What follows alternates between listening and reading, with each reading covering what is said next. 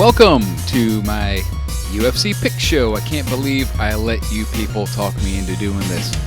Anyway, I'd like to make picks every week before the UFC events, and I usually do pretty well, so I've been challenged to make them public before the show.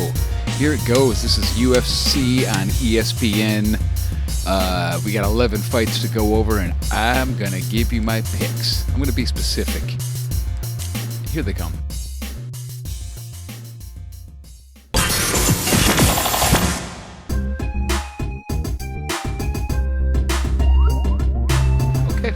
First fight on my list, folks, is Jason Ayari versus Luigi Vendramini. What a great name. Luigi Vendramini. All right. Vendramini is 8-0 on the Indies with 8 finishes until he lost his UFC debut via KO from a flying knee. Good times. But hey, it happens. Ayari's been active since 2009. He has been around. He is 1-2 in the UFC, and they've all been decisions. My pick for this one is Luigi Vendramini, and I think it's going to go down via a submission in round 2. Is that specific enough for you? I think it is.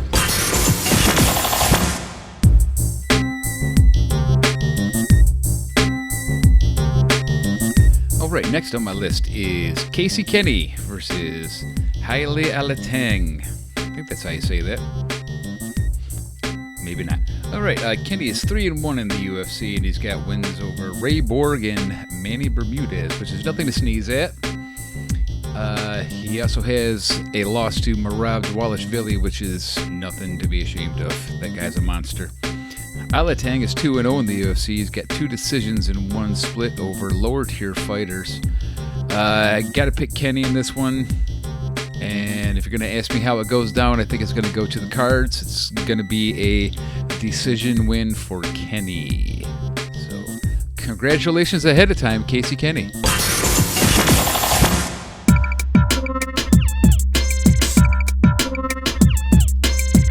Right up next, we got a couple of ladies. Oh, yeah. We got Jinyu Fry versus Konklak Sufasara. You might not have heard that name because she fights under the name Loma Lookboonmi. Now that might sound a little more familiar to you. Might sound weird, but also familiar. Fry is an Invicta veteran. She went 7-3 in Invicta. She lost her UFC debut to Kay Hansen via round 3 armbar. So yeah, that sucked. Lookboonmi is 1-1 in the UFC, coming off a decision loss to Angela Hill. I remember that fight. That fight sucked. My pick is Lookboonmi. I think she's gonna outlast her cardio-wise and pick up a round 3 stop, probably TKO. So, round 3 TKO for Lookboonmi. Again, very specific. I'm gonna look like a fucking idiot.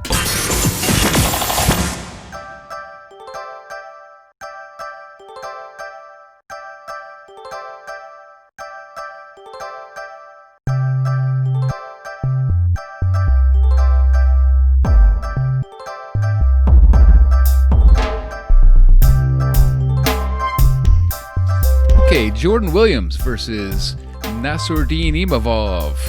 Jordan Williams is making his UFC debut. He's a 10-year indie veteran. He is a finisher. And he is coming off a knockout victory in the Contender Series. And Imavov is also making his UFC debut. He's 8-2 on the indies and is quite a finisher as well. This is nice matchmaking. My pick is... it's a tough one with 2 new guys I don't know much about, but using a little MMA math and a little bit of research, I'm going to go Imavov. And I think it's going to be a decision because these guys are like clones of each other, basically. I don't think either one is going to finish the other. So give me Imavov by a decision in this one.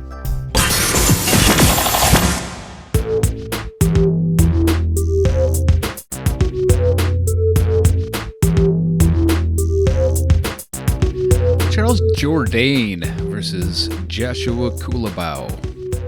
Jourdain is a brutal finisher on the indies. He's got 9 wins with 9 finishes, baby. He's 1-2 in the UFC with a TKO win over Doo Ho Choi, which is pretty good. Kulabao is 8-0 on the indies, and he lost his UFC debut to Jalen Turner via round 2 TKO. My pick is Jourdain in this one. I think they're going to throw down in round 1. I think in round 2 they're going to continue to do some of the same, but Jourdain's going to get the better of him and is going to pick up the TKO victory in round 2. This is a possible fight of the night candidate, in my opinion. So I hope that doesn't make me look silly.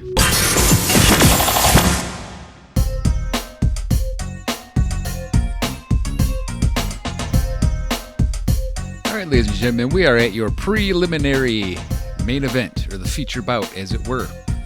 At welterweight, we got Carlos Condit versus Court McGee. These are two guys who have been around for a really long time. Condit is such a legend that he's lost 5 in a row and he's still allowed to be in the UFC. He's got wins over Dan Hardy, Nick Diaz, Rory McDonald, etc. But a long time ago, we're talking like 2009, 2012 range, he was really good. His last win is over Thiago Alves in 2015. He hasn't won in 5 years, and he's still in the UFC. What's that tell you? He must be a beast. Court McGee is a UFC veteran, of course. He's coming off 2 straight losses. The highlight of his career is probably a split decision win over Robert Whittaker.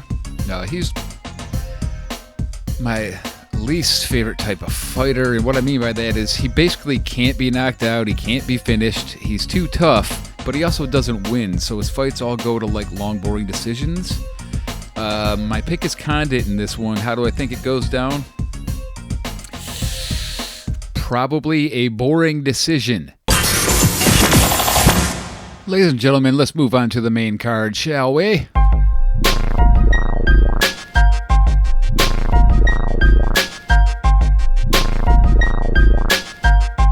Alright folks, your main card curtain jerker is Dequan Townsend versus Dusko Todorovic.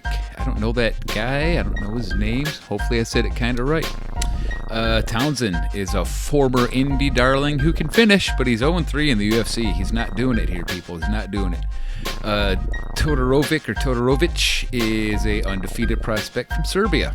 He's 9-0 with 8 finishes and is coming into the UFC off a win on the Contender Series. My pick is Todorovic. Obviously, I don't know if anybody would not pick him. How it goes down, I think this fight is probably the most predictable fight of the night, and I think it goes down exactly like the piece of paper tells you it should. I think Todorovic wins by a decisive round 1 TKO, and Townsend is done in the UFC. So there's my bold prediction.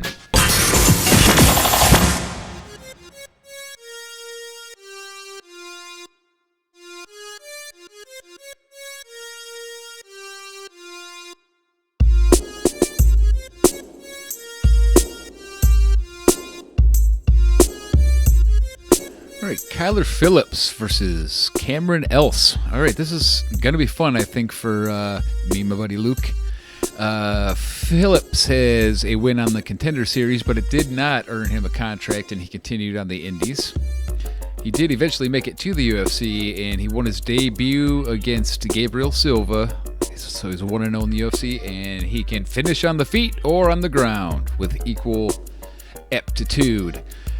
Cameron Else is a British prospect making his UFC debut. He's got 6 straight wins on the Indies, and he can finish on the feet or on the ground with equal aptitude. This is great matchmaking. I like this fight a lot. My pick is Cameron Else. It's basically a coin toss, but with some research involved. How it goes down?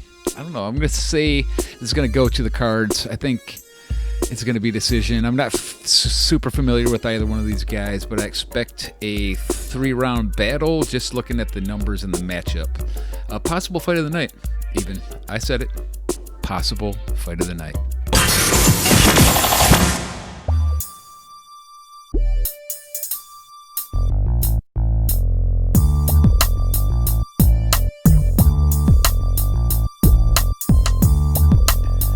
Okay, we got some more ladies, if you can call Jermaine Durandamy a lady. She fights like a man.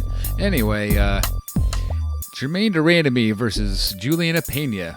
Durandamy is a UFC vet. She recently hung in there with Nunez and went to a decision. And she had 5 straight wins prior to that fight, which I think people forget. Juliana Pena has also been around for quite some time. She's got wins over Jessica Kat Zingano, and Nico Montano or whatever. These really are two girls that have been around and got almost identical records, so it kind of comes down to resumes for me. I'm going to go with Vendramini based on the things I said a minute ago. She hung in with Nunez, did not get knocked out, and prior to that she had 5 straight wins. How it's going to go down on a decision. If Juliana Pena is as good as she's supposed to be, she's not going to get finished, but I don't think she's going to beat Vendramini. So we'll say Vendramini by decision.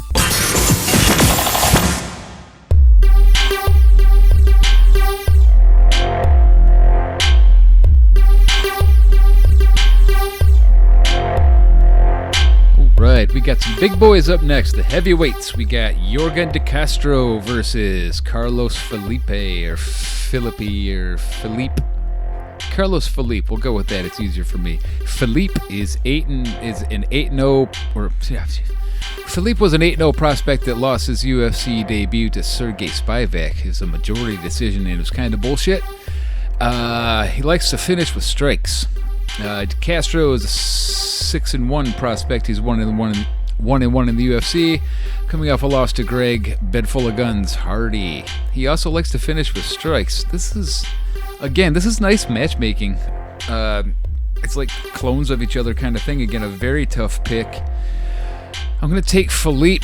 We'll call it a coin toss. How's it go down? I'm not sure when, but somebody wins this fight by TKO. It does not go the distance. This fight does not go to the cards.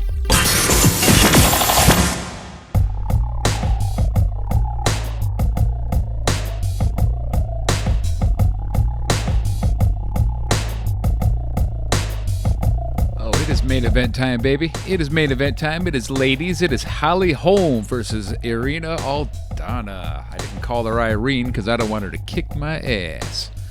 Holm, hashtag legend, no scouting report necessary. But I can't say she hasn't finished anyone in quite some time now. It's been all decisions for her since like 2014 or 2015 or whenever she knocked out Ronda.